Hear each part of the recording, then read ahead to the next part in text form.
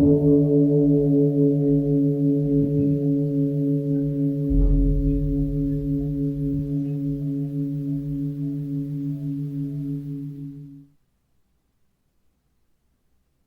all beings be happy. May all beings be healthy. May all beings be free from harm. May all beings love life. May all beings awaken.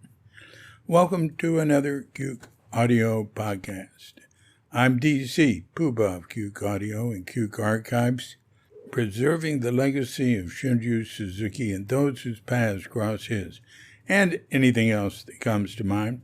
I pray that you and yours are safe and comfortable, free from economic hardship, and able to get out and do whatever it is you want within the limitations of the universe or precept of do as little harm as possible. I paused a minute to let that playing pass. So today we have a guest, Barry Crawford. I didn't know Barry before, but he has been involved with the Shunryu Suzuki lineage. Here, he has a website called Simplicity Zen. It's just simplicityzen.com. And he got hold of me and asked if I'd do a podcast with him. And so I said, sure. And I really enjoyed it. And you can go on simplicityzen.com and find it. It's a really clear site. And so anyway, I recorded it, and then, it was over, and he'd stopped recording. I kept recording and started talking to him, and then later on I said, hey, I've recorded all this. Can I make a podcast out of it? And so he said, all right. And I cut out all the stuff that would be libelous and treacherous, treasonous, let's see, the things that would get us arrested. I cut all that out. Anyway, listen, I'll read to you from the Simplicity Zen site. It says, Barry Crawford has practiced Zen meditation since 1992. While most of his practice has been as a lay householder practitioner, he lived at the Sonoma Mountain Zen Center and practiced as a resident in the mid-1990s. There he completed the initiation ordeal known as Tangaryo and completed 2 traditional Soto Zen practice periods. And I'll add right here, under Jaksho Bilkwang, who's the teacher there and was a very close disciple of Shunryu Suzuki. All right, continuing here. Barry also practiced with Diane Eshin Risetto in the Ordinary Mind Zen School started by Joko Beck.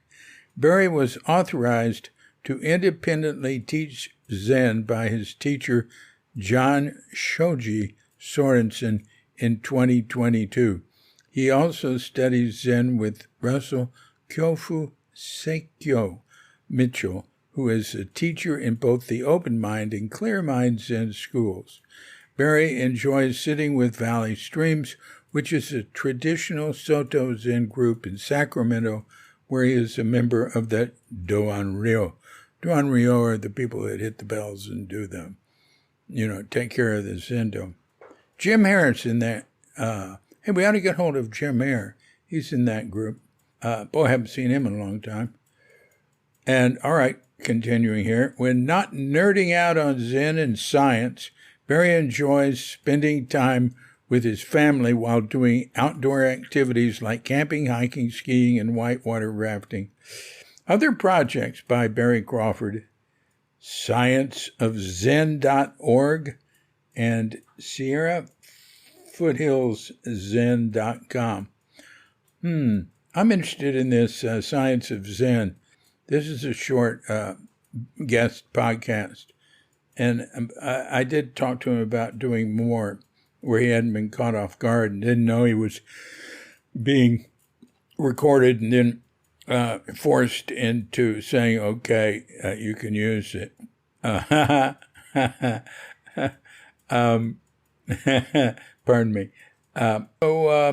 Look, let's give him a call and see what he has to say. Now, at this point, we had ended really 2 hours of talking for the podcast I did with him. But I liked his approach, his point of view and everything, so I wanted to find out about him. So we get a little bit here, and maybe we can get a little bit more later. Okay, so when you hear the bell, if you're of such a mind, hit pause and meditate or whatever for as long as you wish. And when you're tired of meditating or whatever, meditating or whatever, hit unpause, and we'll be here to hit the bell to end the meditation or whatever. And we'll get into this discussion with Barry Crawford.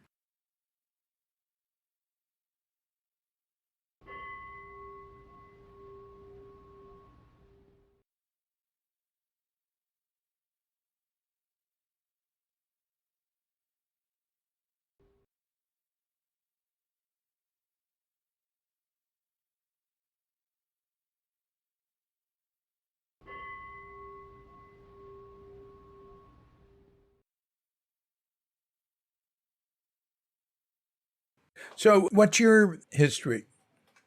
Oh, so I grew up totally non-religious, like it just, I was actually kicked out of the Cub Scouts for saying I didn't believe in God, That's great. Where are you from? Maryland mostly, yeah. Where in Maryland? Silver Spring. Yeah, I don't know where that is, but all right. Suburb of DC. But so I just was basically a materialist, I guess. And, I started taking hallucinogenics and seeing the Grateful Dead. And, in what year? My first year was 89. Oh, how old are you? I'll be 50 in a couple of weeks. Mm-hmm. Yeah. I was... Your first year was 89. Yeah. Wow. I mean, I was only like 16 or something, 17. Huh.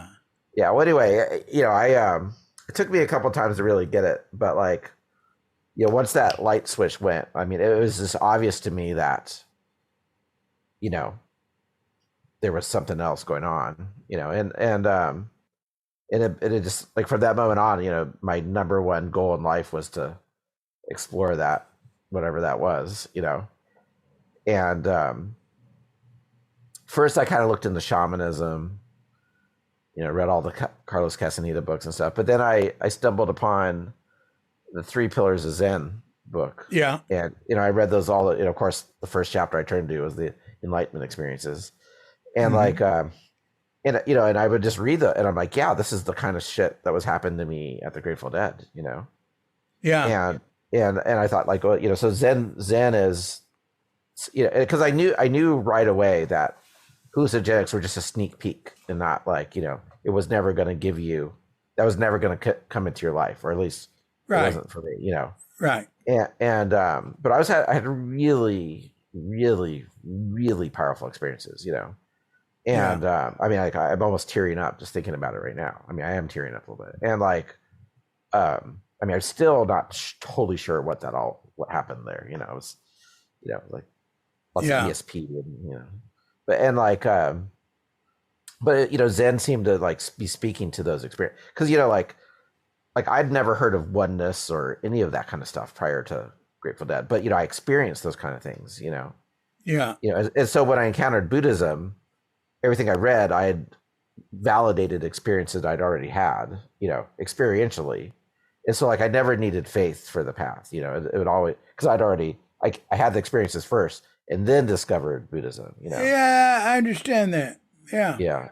And well, anyway, so and then so my first session was actually with Reb Anderson it was Green Gold session, but they held it at San Francisco City Center because their Zenda was being worked on at Green Gulch or something like that. Right. That was, I thought I was going to go in there because in the 3 Pillars of Zen, they go into the session and they have Kensho and everything's great, Right. and and I thought, well, I'll just go to the session and have Kensho and be enlightened, and Yeah. but it like and I had very little sitting experience. I think I did 1 half day sitting or something prior to that. Yeah. Somehow I talked them into letting me come. And I didn't have any money. They just let me show up. And Really good for you. Yeah, well, I think they let me. Like I think I worked an hour. I skipped instead of resting. I would work for an hour every day. Or something. Yeah. And that's better. It's better not to rest. Yeah. During and yeah, I agree with that actually. And yeah. But it instantly just became a fight for survival. There was no thought of enlightenment or it was because I'm sitting has never been easy for me physically. Like mentally it's fine, I love it, but physically it's every time I sit I'm in pain. Is that right? I've sat probably 1 million hours.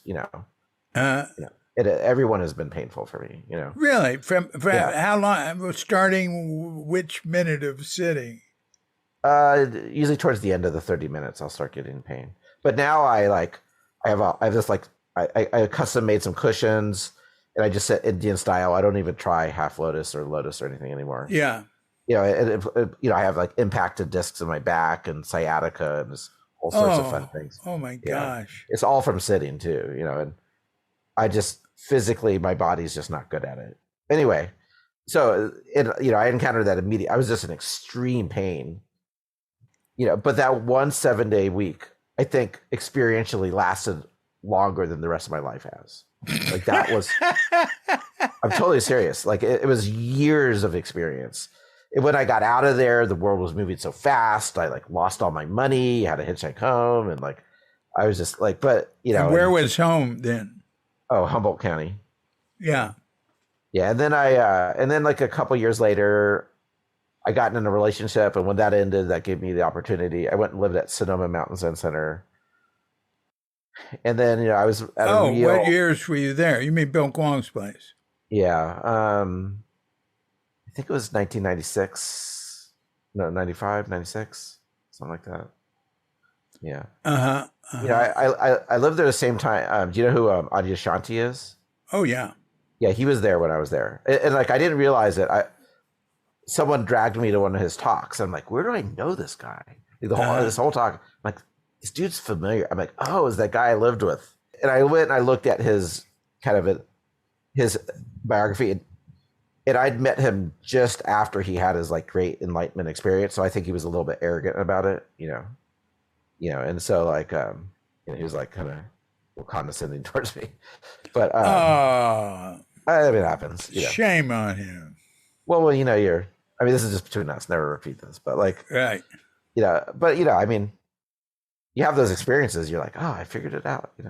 Mm-hmm. But and then so I had a real sorry, I didn't mean this to be such a long explanation. But I like it. I like it. I had this real crossroads in my life. Was I was either going to be a homeless monk or go start a career. And the Kwong Roshi at the time, he was sick, so he was never around. Is that when he had shingles or something like that? When I was there, they didn't know what he had. He had shingles, which took a long time.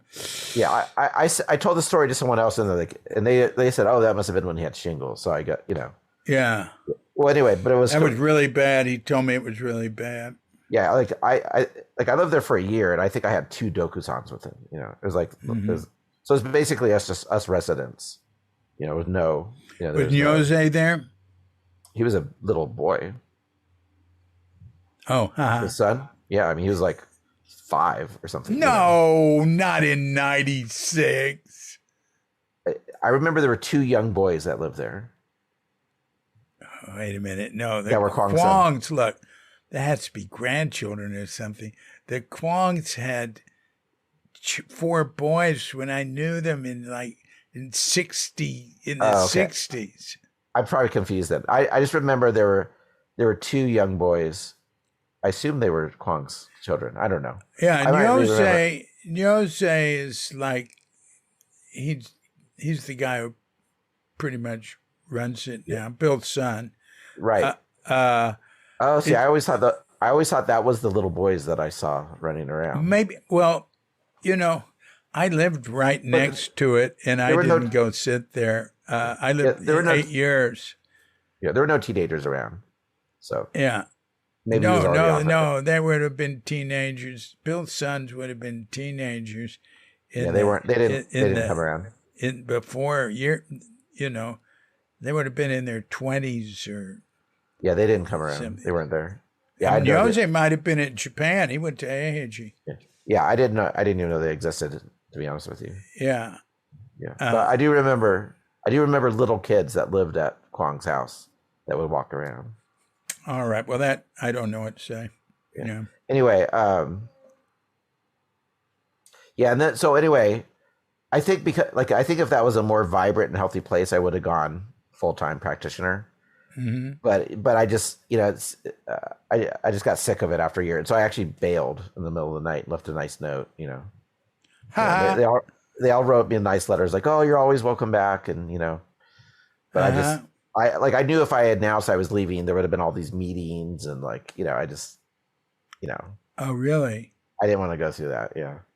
I thought it'll be cleaner if I just go. So I did, and I went and then I got caught up. I accidentally became a software developer and had a .com startup type thing, and got really close to being extremely wealthy, but it all came tumbling down.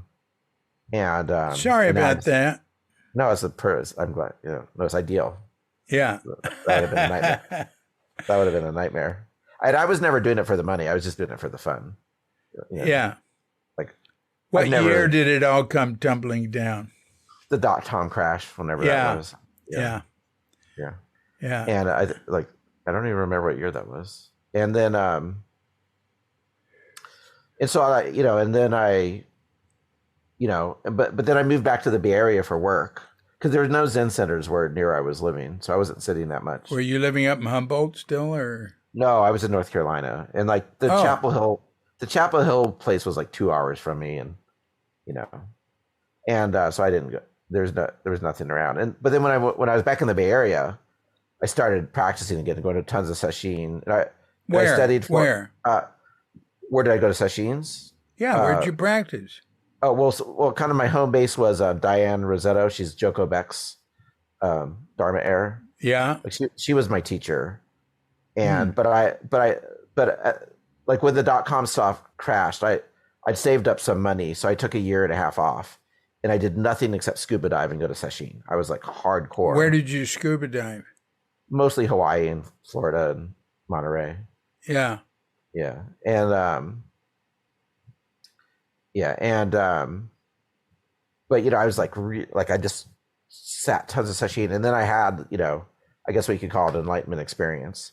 And, but instead of being and I totally thought this is it, I'm awakened, I have it, it was I felt like a Buddha, Mm-hmm. And but then after a couple of weeks it kind of wore off, and I was incredibly disillusioned, and because I was in heaven, I was heaven on earth, and I'd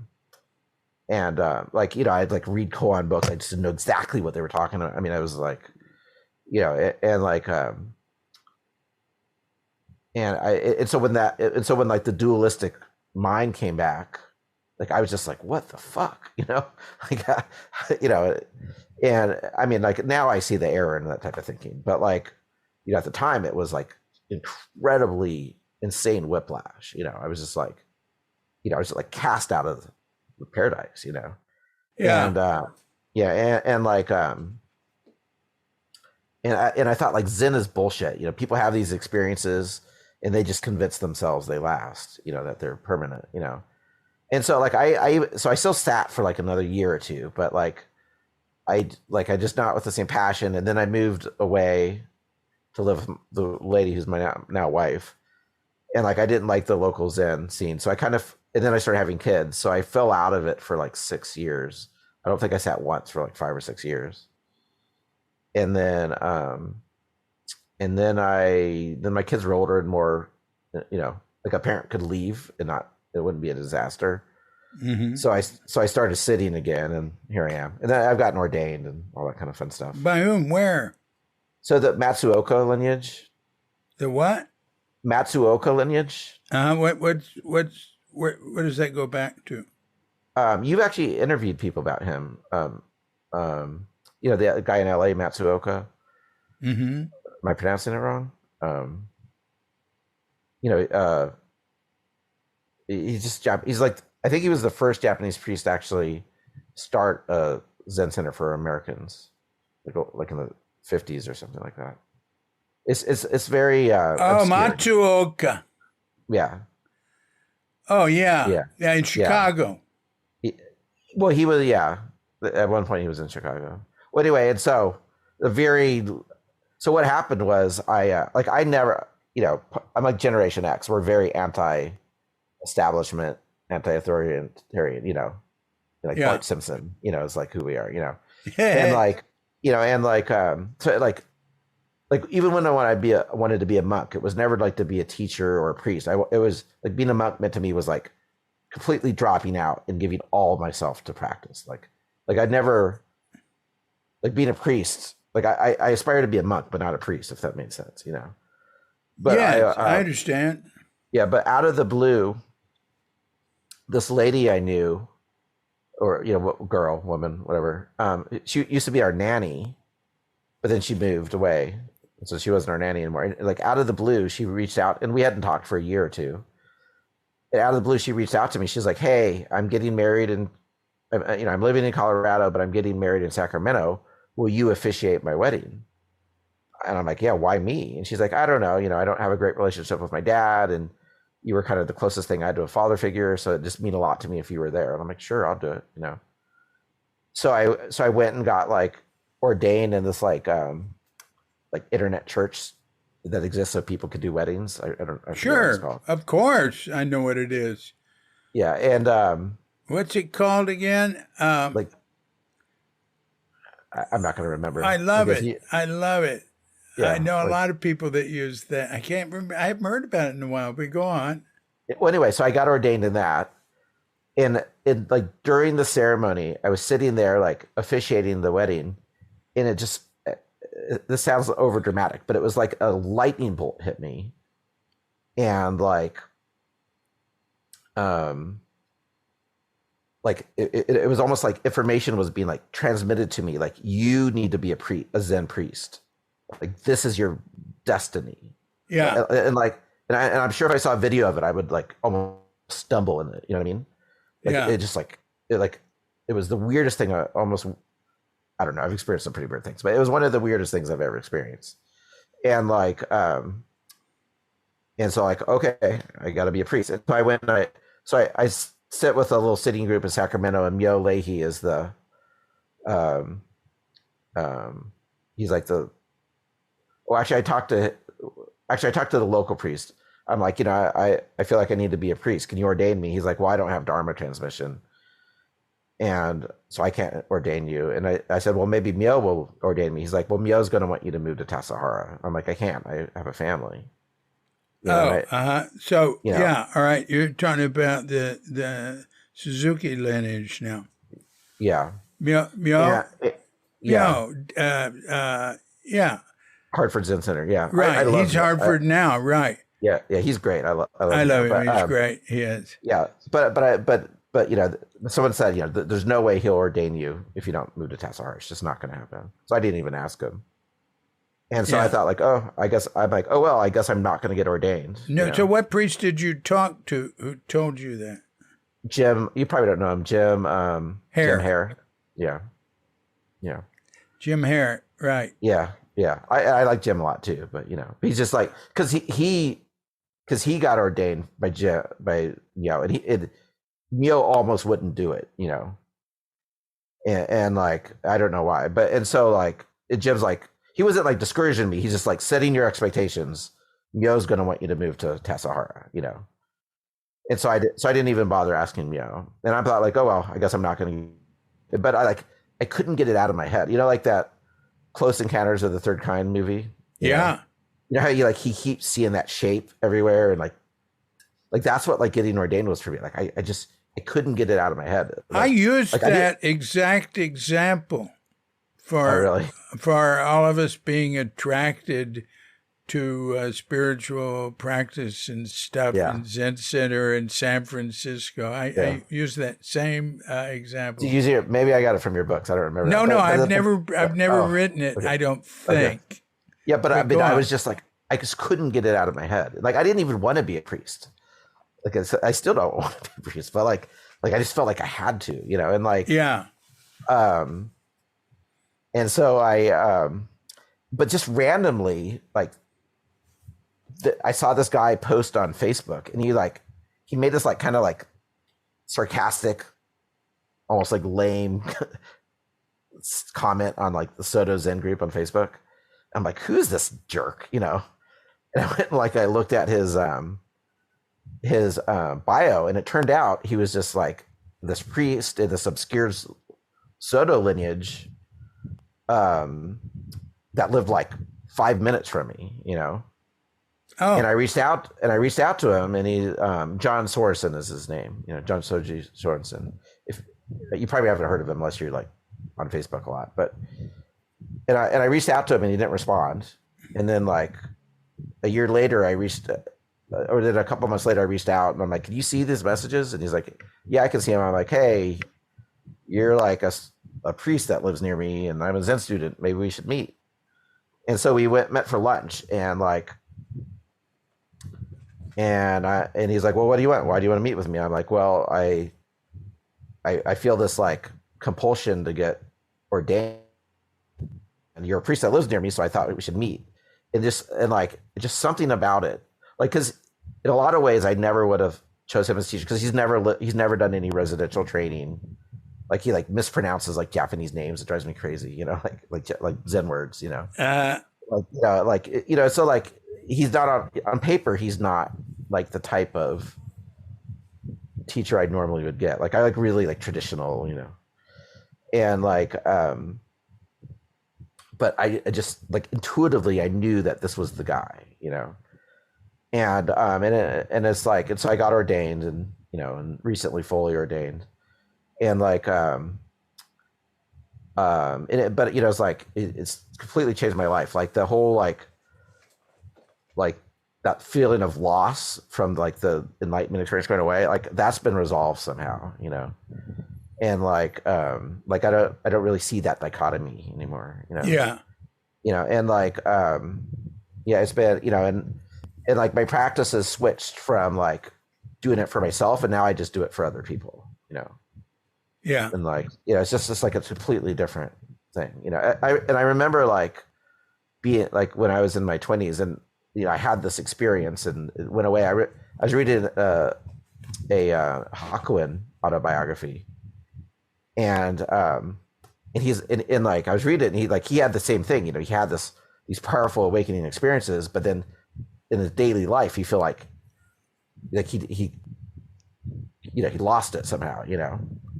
Like he had this jewel that he couldn't own or something. And then he's like, I figured out how to resolve this dilemma. I mean, yes, tell me, I have the same dilemma. I want to know how to resolve it. And he's like, you have to be a bodhisattva and save other people. I'm like, what? This is bullshit, Like, I didn't like that answer, like that's not going to fix anything.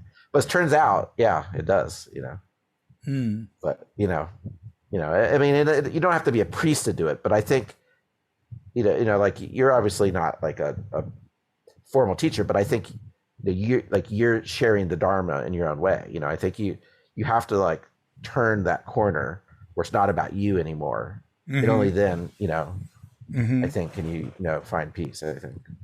Mm-hmm. So that's my story. Ooh, that's good, man. That's good. Yeah. Mako's from Baltimore. You're from Maryland.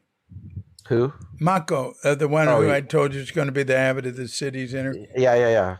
They have 3 new abbots coming in. Now, I like the former abbots. I'm close with them. But the 3 new abbots that are coming in, I think are really good choices. Yeah. Mm-hmm. I mean, Jiryu, well, I think will be Gringo. She's cool. Mako's cool. I can't remember who the third one is. Oh, yeah, David Zimmerman. He's moving from City Center Abbot to the main abbot, or the overall abbot, or abbot at large, it's called. Is Mako She's Austin. She's been Austin. But is she like a social justice type focus? No. Okay. Yeah. I don't think she's not opposed to social justice. I think San Francisco Zen Center's lost its way a little bit with that stuff. I'm an extreme liberal. Yeah, me too. Same thing. Yeah, but I just think it's out of scope for Zen. It should be open to anybody, and it should be open to any people who have any political, social beliefs, as long as they're not getting violent at your Zendo or whatever. Right. There's that, but there's also opportunity cost. There's only so many hours in the day. Like a Zen center, like let's say you wanted to go learn how to cook, so you go to cook school, and they spent 60% of the time talking about French literature. There's nothing wrong with French literature. It's amazing, important. But if you're spending all this time on French literature, you're not going to learn to cook. And I kind of feel like that's a little bit what happens at Zen centers. They've put so much energy into social justice stuff that I feel it dilutes the actual Zen practice. And they'll argue, no, the social justice stuff is Zen practice. But I mean, I don't think so. This is isn't it a little bit of the works and faith thing that Christianity has had? Good deed, good. Do you go to heaven because of faith or because of good deeds? It depends on the sect, but yeah.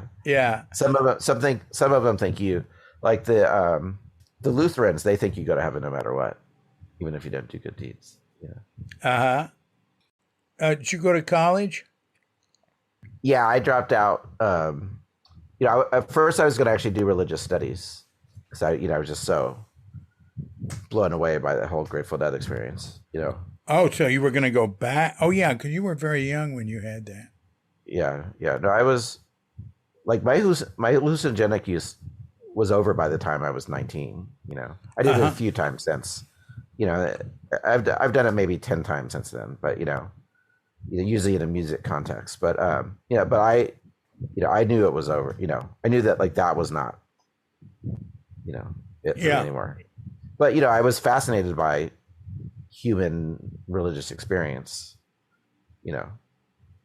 But then I was also like really into games, like playing games, like board games and stuff, role playing games. Oh yeah. And I wanted to make this game, so I learned to program to make this game, and just by accident that became a career. Like I never planned, like just like the priest thing, I didn't plan on it. My career, I didn't plan on it. It just. Do you have a job now? Yeah, I'm a software developer, and I have 2 kids and a wife. Yeah. And you live up there above Sacramento? Yeah, like right up near El Dorado Hills in Folsom. I don't know if you know the area. Well, I've driven through it. I'm sort of vague on it. I know, like going out of Sacramento, I know like Auburn to Tahoe. Yeah, that's a different highway. We're up 50. 50. Let's see, 20 is Nevada City. 50. Yeah, 50 goes underneath Sacramento. 80 goes above Sacramento. So 50 goes up to South Lake Tahoe. 80 goes up to Truckee, if you can picture that. Oh, 50's one of the highways I use getting out of Tahoe. Yeah. Depends on the traffic and stuff. Right. Yeah. So we're like 1,000 elevation, So so it's just light footballs. Now, you say you wouldn't put on a podcast this thing about social justice. Oh, yeah. Really? Come on, you should. Well, so here's early on my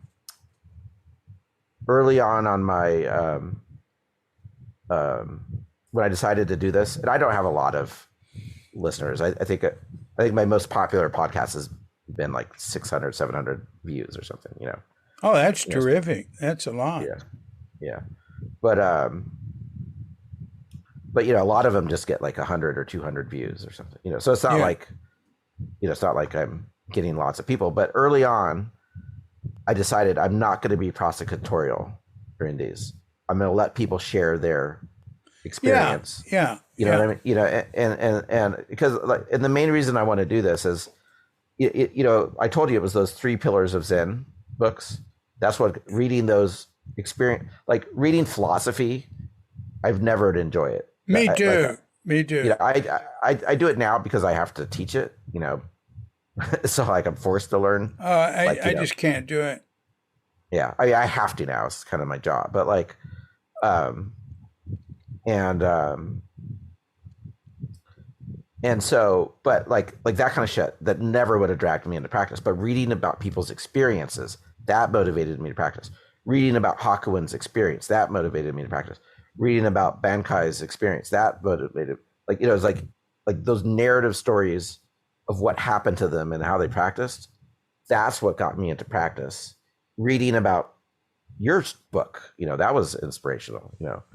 Yeah, and like, and so what the reason I wanted to do this podcast is because I wanted to provide these narrative, like kind of almost like a lamp history, you know, the traditional Zen lamp histories, you know, like kind of in that genre, just objectively letting people talk about their practice history, you know, their practice experience. And so I don't like, I'll try to keep it narrative. Like I'll try to keep the conversation in a narrative sense, but I'm trying not to edit them or imposing my viewpoint or anything like that. And so if I'm talking to a Renzai person, I'll talk about koans, I'll talk about kensho. If I'm talking to a traditional Soto person, like I don't bring that stuff up because I don't want, like, I'm not trying to like make them uncomfortable or get them out of their comfort zone. You know, that's not my role, you know? Yeah, I'd see that. And so I've talked to some people that are like really into that social justice stuff, but I'm not going to criticize them, you know? No. And occasionally I'll ask questions like, I'll be like, well, to be devil's advocate, but even that doesn't even feel that good to me, you know? Yeah. Well, I was talking to James Ford. You know who he is? Yeah, I interviewed him. Yeah, I did a podcast with him recently. And I asked him what he thought about all that stuff. And he thought it was good. And I didn't say anything. You know, I don't have really strong feelings. To me, it's all a matter of balance. You know, how much French do you want to be teaching? And then due to this mention of French, we started talking about other languages, other countries, people who never get to another country and stuff like that. And then that segued into this. Yeah, it's funny. Americans always think they have the best country in the world, but everyone I know who's lived abroad, they almost invariably say like, no, the quality of life isn't very good in America. People aren't very happy there. Like America's been great for like what it's created, like jazz and blues and the Grateful Dead, and like computers. Like that stuff is great about America, you know, and the nature, you know, the Rocky Mountains and like, you know, the Beat Generation and all that stuff has been great. But like, if you look at the average person in America, it's not a great life, you know. A lot of angry people in America. Yeah. Well, at this point, we started talking about stuff that I cut out, mainly because I was talking and just blabbering about something that I thought we didn't need. And then I went into this. Anyway, well, I think everything you had to say was very interesting, and I'd like to use it for a podcast. I don't get a lot of people on my podcast. I get more like 60 to 50 to 100 or something. I don't do I never ask anybody to like anything, share anything. You should. It makes a big difference. Yeah. I feel very uncomfortable doing it, but it makes a difference. You should do it.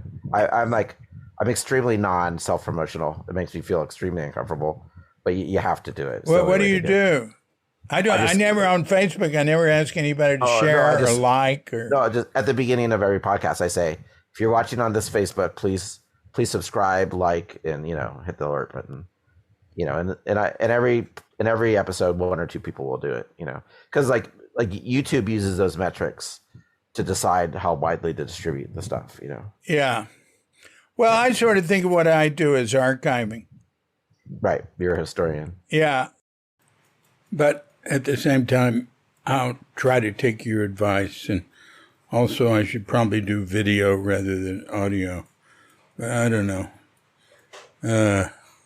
We'll see. All right. Hey, thanks a lot. That was really good. I really enjoyed meeting you. All right. Yeah. Yeah, let's keep in touch. Yeah, come visit.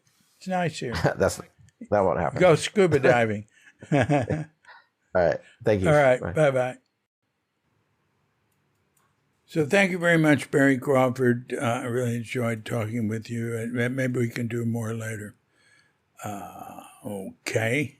What did I want to say? I wanted to say my apologies for only doing one podcast a week.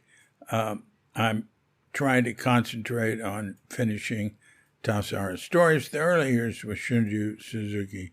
And, man, there's so much comes my way. It's really hard to get to it. I think I have to run hide somewhere. Okay. Oh, hey, and since Barry said it, why don't you, whatever you can do on wherever you're listening to this, subscribe, like, share. And if you're of such a mind, go to cuke.com, click on the donate button, go to the donate page, and become a subscriber to cuke.com, to Cuke Archives, for as little as $1 a month. Or you can make a donation with PayPal. Oh, that's a PayPal subscriber, yeah. Or you can send a check. It shows you how to do that. And that'll help to keep the engines running here on the Cuke train. Okay, thanks a lot. This has been a Cuke Audio Podcast. I'm DC Puba of Cuke Audio and Cuke Archives, coming to you from sleepy Senur with Doggy Bandita, Feline Cuchita, and dear lovely Katrinka. And we're wishing you and yours and all of us a grand awakening.